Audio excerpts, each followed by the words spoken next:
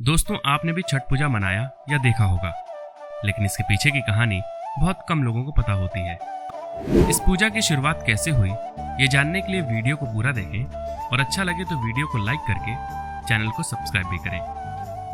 Hello दोस्तों, कैसे हैं आप सब? उम्मीद करता हूँ अच्छे से होंगे। तो आज हम जानेंगे छठ मैया और पूजा से जुड़ी सारी बातें। तो सफर शुरू करते हैं। दोस्तों, छठ पूजा एकमात्र ऐसा उपवास है जो 36 घंटों तक रखा जाता है। साथ ही छठ मैया की पूजा करने के लिए नदी में उतरना पड़ता है। शायद आपके मन में ख्याल आए कि पानी में उतरना कौन सी बड़ी बात है, तो आपको बता दें, ये त्यौहार ठंड के दिनों में आता है। आपको ऐसे मौसम में गर्म पानी भी दिया जाए तो शायद आप नहाने से मना कर दें। ऐसे में ये लोग पूजा को सच्चे श्रद्धा से निभाने के लिए पानी में उतरते हैं और ठंड का इन पर बिल्कुल असर नहीं होता। सबसे पहले आपको बताते हैं कि छठ पूजा क्यों मनाया जाता है। कहा जाता है कि उपवास की शुरुआत भगवान श्री राम ने किया था। रावण को हराने के बाद जब प्रभु श्री राम अयोध्या लौटे तो उन्होंने इस उपवास को रखा था। कर्ण, जिसे सूर्य पुत्र कहा जाता है, वे सूर्य देवता के सच्चे भक्त थे और घंटों पानी में उतरकर सूर्य को नमन करते थे।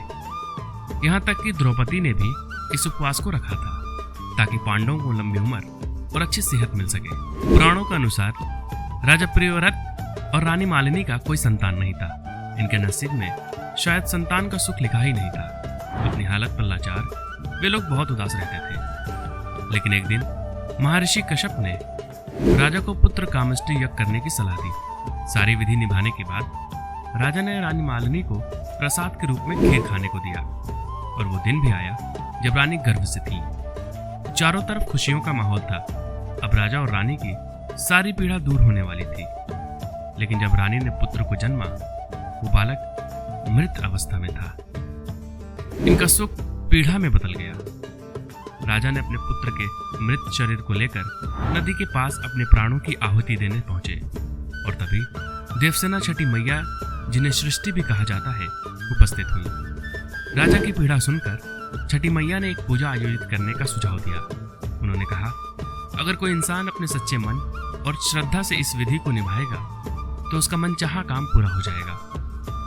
राजा ने सच्चे मन से इस विधि को संपूर्ण किया और अपनी लगन और भक्ति से छठी मैया को प्रसन्न किया। इनके निस्वार्थ भाव से खुश होकर छठी मैया ने इन्हें पुत्र का वरदान दिया। जिस दिन राजा प्रियव्रत ने उस विधि को किया था, वह दिन कार्तिक माह का छठा दिन था और तभी से लोग इस पूजा को सच्चे मन से निभाते हैं ताकि उनके पुत्र की आयु लंबी हो और छठी मैया के आशीर्वाद से सुख और खुशियों का माहौल बना रहे।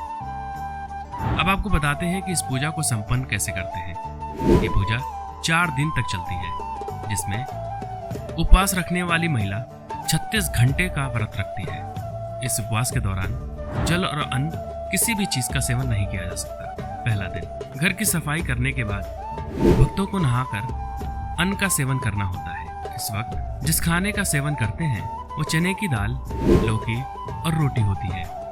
उपवास रखने वाली महिला पहले भोजन करती है, उसके बाद ही घर के बाकी लोग खाना खाते हैं। इसलिए इस दिन को नहाए खाए कहा जाता है। दूसरे दिन पूरे दिन का उपवास रखा जाता है। खाना तो दूर, पानी की एक बूंद भी नहीं पिया जाता। और शाम में पूजा के बाद उपवास रखने वाली महिला प्रसाद के रूप में गुड़ वाली खीर का सेवन करती है, जिसे रसियाओ खीर भी कहा जाता है। तीसरा दिन, यह दिन बहुत अहम होता है।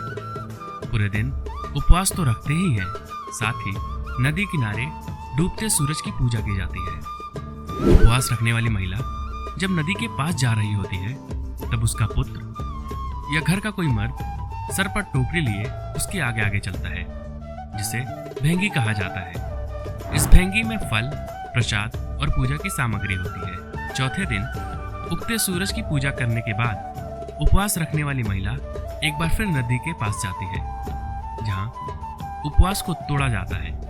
उपवास तोड़ने के लिए प्रसाद और कच्चे दूध का सेवन किया जाता है, जिसके बाद घर के सारे लोग नदी में स्नान करते हैं। जैसा कि हमने बताया, ये पूजा संतान और सुख समृद्धि के लिए रखा जाता है। अपनी सच्ची श्रद्धा से छठी मैया को खुश करने की कोशिश की जाती है ताकि उनका आशीर्वाद बना रहे।